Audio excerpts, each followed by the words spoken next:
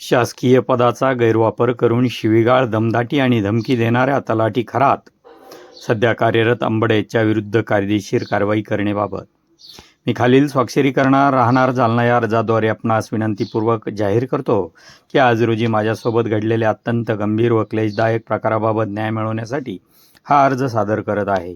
माझी सविस्तर तक्रार खालीलप्रमाणे आहे। आज रोजी मी माझ्या मूळ गावी रोहिलागड येथे शेतीच्या कामासाठी गेलो होतो। शेतीचे काम आटोपून मी माझ्या वाहनाने परत जालना येथे येत असताना पारनेरजवळ रस्त्यावर प्रचंड वाहतूक कोंडी म्हणजेच ट्रॅफिक जाम झाली होती। या वाहतूक कोंडीमध्ये तहसील कार्यालयाची एक गाडी उभी होती, ज्यामध्ये तलाठी खरात सध्या कार्यरत आहेत अंबड येथे हे उपस्थित होते। रस्त्यावर एवढी वाहतूक कोंडी का झाली याबाबत मी सहज विचारणा केली असता तलाठी खरात यांनी अचानक अत्यंत आक्रमक आणि असभ्य वर्तन केले। त्यांनी जाहीरपणे मला अत्यंत खालच्या पातळीवर जाऊन भेंचोद गाडी पुढे घे, मी अंबडचा आहे आणि तलाठी आहे, तुझ्यावर शासकीय कामात अडथळा आणल्याबद्दल IPC BNS अंतर्गत गुन्हा दाखल करीन अशी धमकी देखील दिली।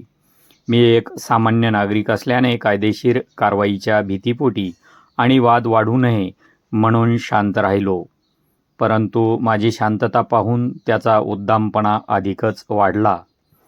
त्यांनी पुढे मला धमकी दिली की मी अंबडचे गुंड बोलावून तुला मारहाण करतो, तेव्हा तुला समजेल की मी कोण आहे। एक जनतेचा सेवक असलेला एका शासकीय कर्मचाऱ्याकडून तलाठी भर रस्त्यात एका सामान्य नागरिकाला अशा प्रकारे शिवीगाळ करणे, पदाचा गैरवापर करून खोट्या गुन्ह्यात अडकवण्याची धमकी देणे आणि गुंड बोलावून मारहाण करण्याची भाषा करणे हे अत्यंत धक्कादायक व निंदनीय आणि बेकायदेशीर आहे। या प्रकारामुळे मला मानसिक मनस्ताप झाला असून माझ्या सुरक्षेचा प्रश्न निर्माण झाला आहे। जर महसूल विभागातील जबाबदार अधिकारी सामान्य जनतेशी असे गुंड प्रवृत्तीचे वर्तन करणार असतील तर आम्ही न्याय मागायचा तरी कुणाकडे? तरी माझी आपणास नम्र विनंती आहे की संबंधित तलाठी खरात याच्या या वर्तनाची तात्काळ चौकशी करण्यात यावी। पदाचा गैरवापर आणि धमकी दिल्याबद्दल त्याच्यावर कडक प्रशासकीय व कायदेशीर कारवाई करण्यात यावी। मला न्याय मिळावा हीच अपेक्षा। आपण पाहत आहात लोक तुफान डिजिटल न्यूज।